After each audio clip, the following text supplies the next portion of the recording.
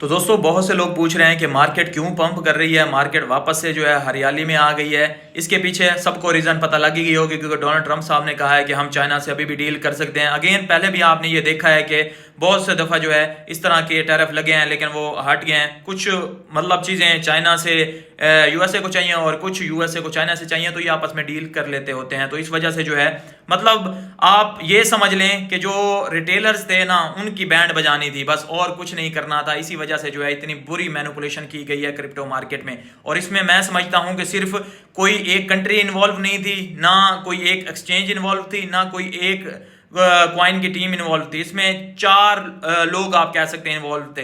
Exchanges involve थी, जिसमें सबसे बड़ा नाम है बाइनांस का, वो इन्वॉल्व थी, क्योंकि एटम कॉइन जैसे या सुई कॉइन जैसे देखें, वो 99% तक एकदम से जो है कॉइन्स क्रैश हो जाए, इस तरह पॉसिबल नहीं होता। उसमें कॉइन्स की टीम्स इन्वॉल्व थी, बड़ी वेल्स, मार्केट मेकर, ये सारे इन्वॉल्व थे। उसके बाद जो है कोई एक कंट्री भी इसमें लाजमी इन्वॉल्व थी, और ये अगर सारे मिलके ना करते ना, फिर जो है ये हो ही नहीं सकता था। कोई एक कंट्री या कोई एक मतलब $4 ट्रिलियन की मार्केट कैप है, उसको एकदम से हिला देना, कोई मतलब आप कह लें 40-40 50-50% जो है एकदम से गिरा देना, ये ऐसे ही पॉसिबल नहीं है। सारे मिलके ये करते हैं। ये हुआ क्यों है? क्योंकि रूल्स रेगुलेशन नहीं है प्रॉपर। एक्सचेंजेस पे रूल रेगुलेशन होती है। अब बहुत सी कंट्रीज या बहुत से लोग जो है कह रहे हैं, अब जो लोग जानों से चले गए हैं वो तो चले ही गए, जो लिक्विडेट हो गए उनका लॉस वापस हो सकता है, रिकवर हो सकता है, कुछ भी नहीं हो सकता। अब इन्वेस्टिगेशन बिठाने की बात की जा रही है, और जितना जल्दी हो सके ये एक्सचेंजेस अगर रेगुलेट होती ना, तब इनसे पूछगछ भी होती, तब इनको जो है डर भी होता कि हम जो है मतलब फंस जाएंगे। लेकिन क्योंकि रेगुलेशन ही नहीं है प्रॉपर, अभी रेगुलेशन कोई बनाने की तरफ आगे आ ही नहीं रहा। काम हो रहा है इस पे, हर कोई चाह रहा है कि रेगुलेट हो जाए, इतनी बड़ी मार्केट बन चुकी है क्रिप्टो की, लेकिन अभी फिलहाल जो है उतनी प्रॉपर रिस्ट्रिक्शंस या ऐसी चीजें नहीं आई इन स्पेसिफिक एक्सचेंजेस पे। क्योंकि आप देखें जब ये मार्केट क्रैश हो रही थी, जो डेक्स हैं उन पे डिफरेंट प्राइस चल रही थी, और ये सेंट्रलाइज एक्सचेंजेस जो कंट्रोल में रहती हैं डिफरेंट लोगों के, तो ये जो है इन पे कॉइन्स की प्राइस डिफरेंट चली गई। इनकी विक्स जो है मतलब 90% तक क्रैश लगा के आ गई। तो ये सारी मैनिपुलेशन इस वजह से की गई। अब मैं नेक्स्ट बताता हूं। ये सारी चीजें आपने ऑलरेडी जो है 1-2 दिन से सुन ही रहे हैं। अब बेयर मार्केट क्या स्टार्ट हो गई है? नहीं, मुझे अभी भी नहीं लगता बेयर मार्केट स्टार्ट हुई है, क्योंकि मैंने आपको बताया था ये हमारे पास अक्टूबर और नवंबर का मंथ हम वेट करेंगे, इसमें देखेंगे कुछ हमें पॉजिटिव इसमें मार्केट से हम निकाल सकते हैं कि नहीं निकाल सकते। क्योंकि अभी भी देखें रेट कट हो रहे हैं, रेट कट के चांसेस जो है वैसे ही है हमारे पास 90% से ऊपर ही है कि रेट कट अभी भी 29 अक्टूबर को जो है हो सकते हैं। उसके अलावा जो है देखें इंस्टीट्यूशंस अभी भी बाइंग कर रहे हैं, उनका माइंड चेंज नहीं हुआ। अभी ब्लैक रॉक भी, बाकी भी जो भी ईटीएफ्स वगैरह में सारी जो है अभी वैसे ही बाइंग चल रही है, कोई भी इसमें वो देखने को नहीं मिला।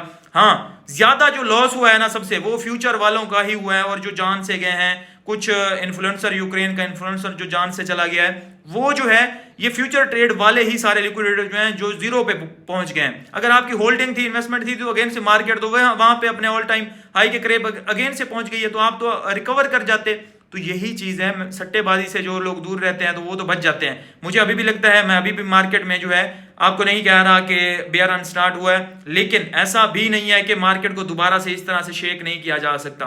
अगेन से मार्केट से पैसा निकालने के लिए भी इस तरह के पंगे लगाए जा सकते हैं। और अगर आप होल्डिंग में हैं, लॉन्ग टर्म के लिए की है, या आप स्पॉट में हैं, तो आप सेफ रहेंगे। आपको मैंने ऑलरेडी बताया हुआ है कि आल्ट कॉइन्स में जाने का फायदा नहीं है।